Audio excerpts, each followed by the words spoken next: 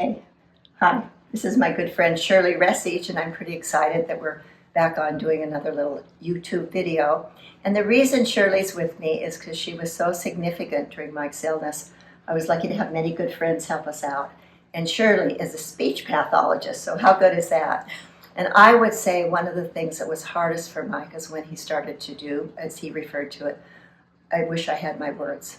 So when he started losing his words, it was really touching. And Shirley, bless her heart, she came up and we had a wonderful time. We picked blackberries and made blackberry pies. And then when it was time for her to go home, we sat down at the dining room table. And with Mike's permission, I asked could we bring up the subject. And he'd agreed to that the night before. And then we had a very meaningful visit. So Shirley, I think there's a lot of people who deal with the loss of language with lots of illnesses. But in particular right now, we're talking about Alzheimer's. If you can recall some of the things that helped us and things you've told other people, it would be great. I'd be happy to do that. Thank you, Rosalice, for trusting me with this really important conversation. So first of all, just from my global perspective as a professional, communication is so essential and one of the things that really distinguishes us as human beings. So when that is compromised, it truly makes such a huge difference, not only for the patient, but for all the people that love and care for that person. But what's important to remember is that expressive communication is not the only kind of communication that we have. In fact, receptive communication, the ability to hear words and understand and comprehend, is one of the last of our communication abilities to leave us. And so once your loved one, regardless of the kind of illness that they have or the kind of struggles that they're having, start to have compromised expressive communication, that doesn't necessarily mean that their receptive communication has been as compromised. So keep talking to the people that you love and care for.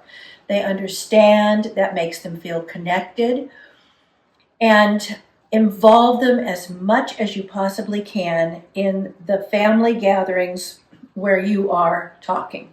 Don't assume that because they're not talking, they can't be part of it. So I think that was one of the important things that we talked about, and that you as a family continued to do. Yes. You did. You were so good about that. Whenever you had family or friends over, you made sure Mike was part of that conversation. Well, and what's really tricky is you can be with people who are excluding them, not unkindly, No. but they're just not thinking to nod at them or acknowledge them or recognize them. And that was actually very painful for me to see when people were not including Mike. So Right. Very isolating. Yeah, and Shirley was so reinforcing of making sure that did not happen. Well, and you're such a good example of someone who's willing to incorporate information and move forward. So, and that can be hard for people to do something differently that they haven't done before. Right. I mean, it's like, well, this is a departure. I'm not sure that this feels comfortable. Push past that discomfort and keep doing what makes that person feel alive and comfortable in your family. And I think the other thing that I would remind people is that verbal communication is only about 80% of the way in which we communicate. I know that sounds like a huge percentage. But when you think about it, we communicate in so many other ways besides words. I mean, Rosalice and I are communicating right now through eye gaze and nodding our heads and the expressions that we have on our face. And that's, I mean, she's giving me lots of signals about what I'm doing, and I in turn am expressing to her through my facial expressions kind of how I'm feeling at this moment. So there are other ways that we can connect besides words. And I have to say, it really makes me think about end of life, because so many people think that their partner doesn't know them at the end of life. Right. And it is so not true in many, many cases. I can't guarantee that for everyone, but if you just watch, you'll get a nod or a hand, a lift or a gesture or a raised eyebrow. And I had to know that was all communication. You could just ask for a yes or no response, and even though it might not be verbal, they could tell you yes or no through eye blink or a nod.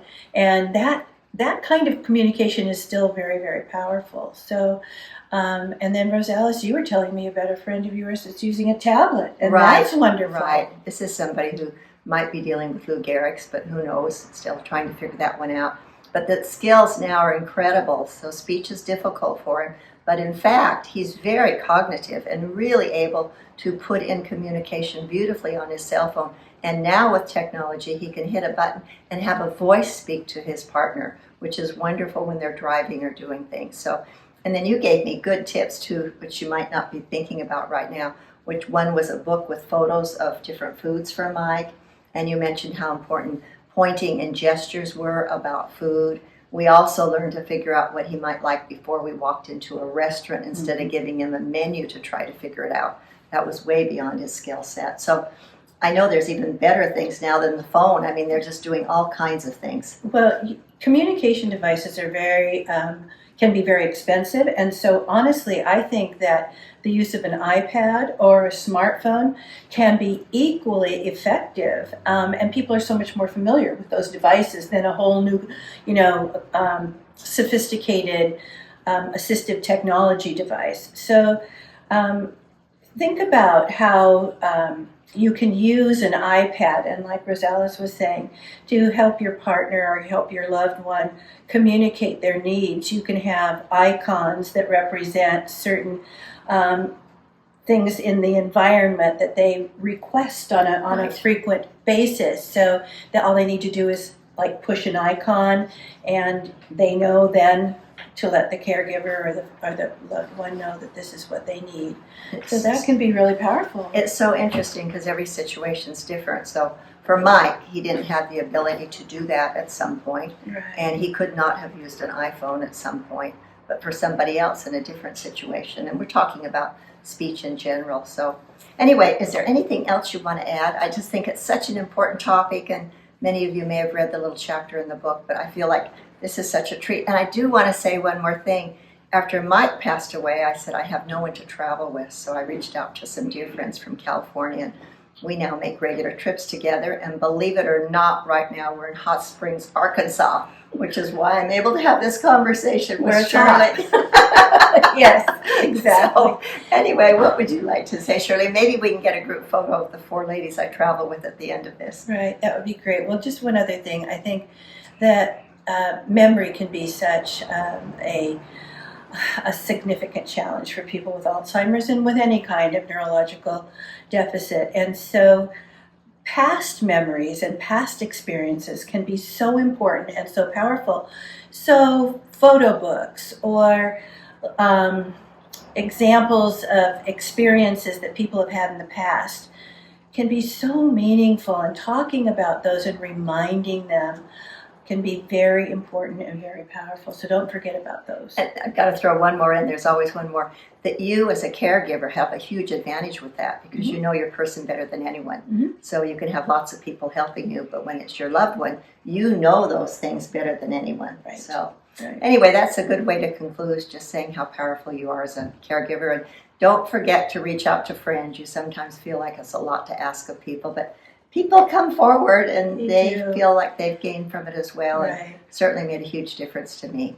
Yes, thank you. Thank you, Shirley. I'm so glad we did this. Yeah, such good memories of Mike.